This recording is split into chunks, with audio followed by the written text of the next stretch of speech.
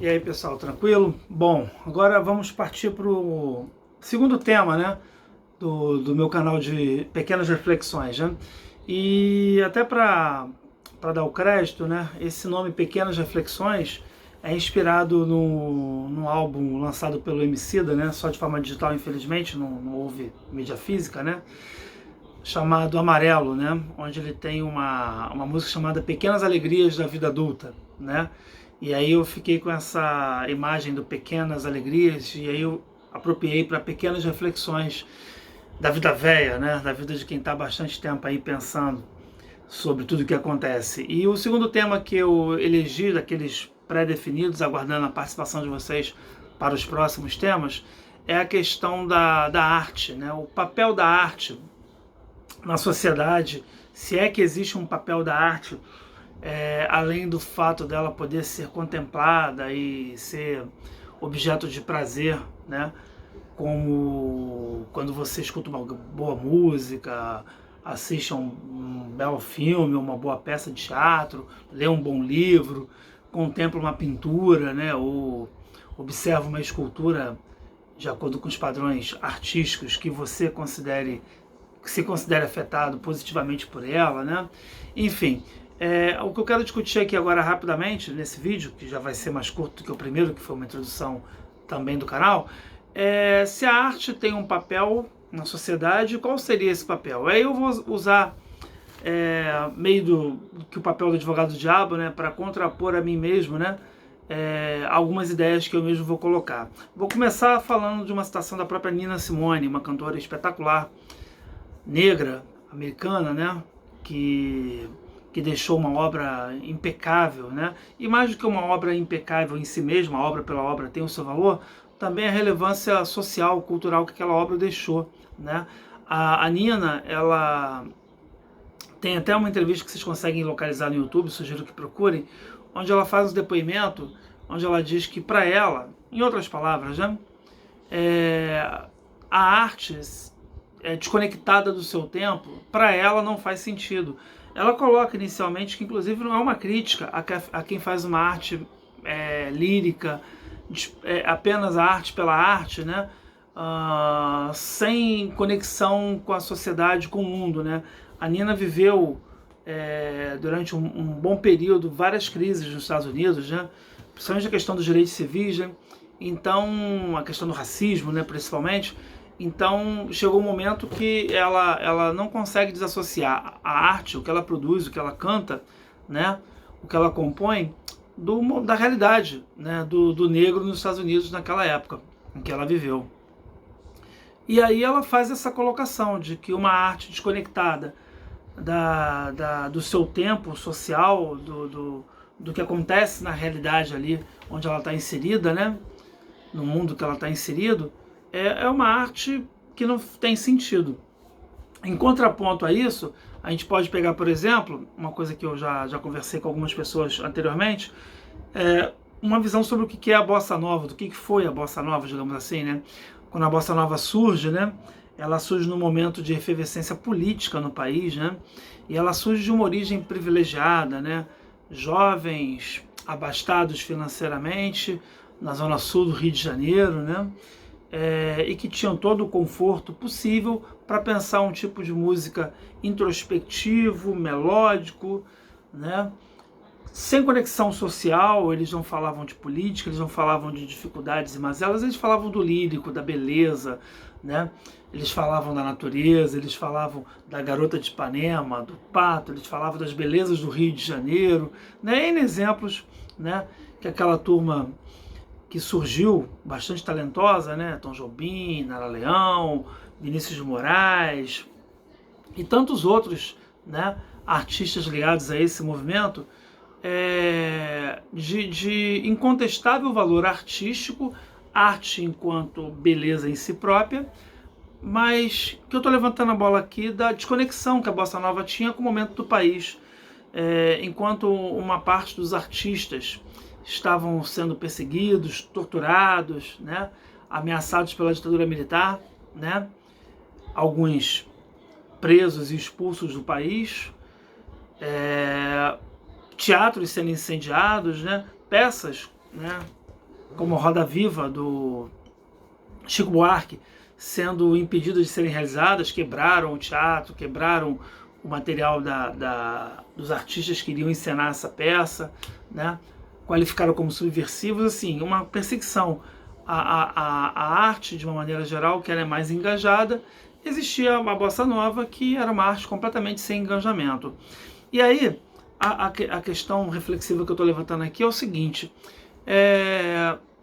por que será que critica-se tanto a música, especificamente, né? Vamos pegar a questão da arte, vamos focar na música, que não traz nenhuma mensagem? Eu mesmo critico, né?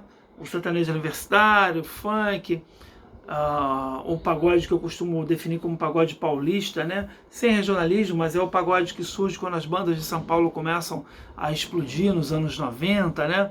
E que eram melosos e que eram simplórios, com versos óbvios, né?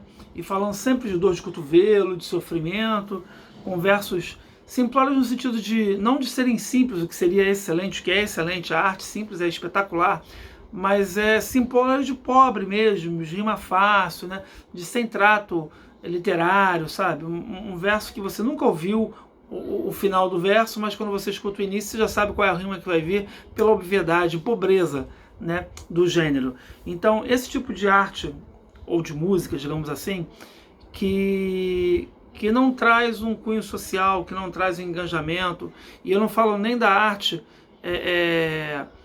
nem pela pobreza do conteúdo que eu identifico, né, do meu ponto de vista, mas sim pela falta de engajamento. Eu critico muito esse tipo de arte, mas aí, fazendo o papel do advogado do diabo, mas a arte foi feita para ser contemplada. Se tu volta lá nos gregos, lá, a arte é aquilo que te afeta na sua contemplação.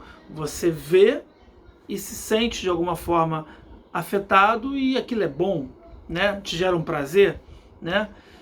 E aí você define como arte, né? Mas será que é necessário ter um engajamento político? Será que tem valorização diferente, né? E aí eu coloco o dedo na ferida, né? Eu acredito na seguinte teoria, né? Quando você vive um ambiente social favorável, um estado de estabilidade, um estado de igualdade, um estado de direitos preservados, de oportunidade para todos, quando você vive um momento desse, ou de construção, você pode não ter chegado lá, mas você percebe que há uma construção, né? Você está combatendo a fome, está combatendo a desigualdade, aí a vida está mais tranquila. Aí eu acho que surge muito, né, o campo para que você possa falar das coisas belas da vida. Mas quando você vive um momento duro, de guerra, de fome, de massacre, de preconceito, não parece para vocês também que é natural que esse lado lírico seja afastado?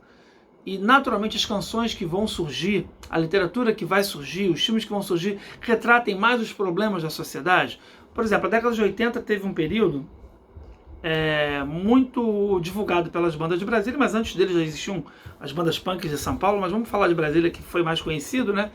Que haviam as bandas brasileiras que faziam rock de protesto, Legião Urbana, a Plebe Rude principalmente, com letras bem elaboradas e enfáticas, aí Titãs também cantando contra a igreja, contra a família, contra a polícia, né?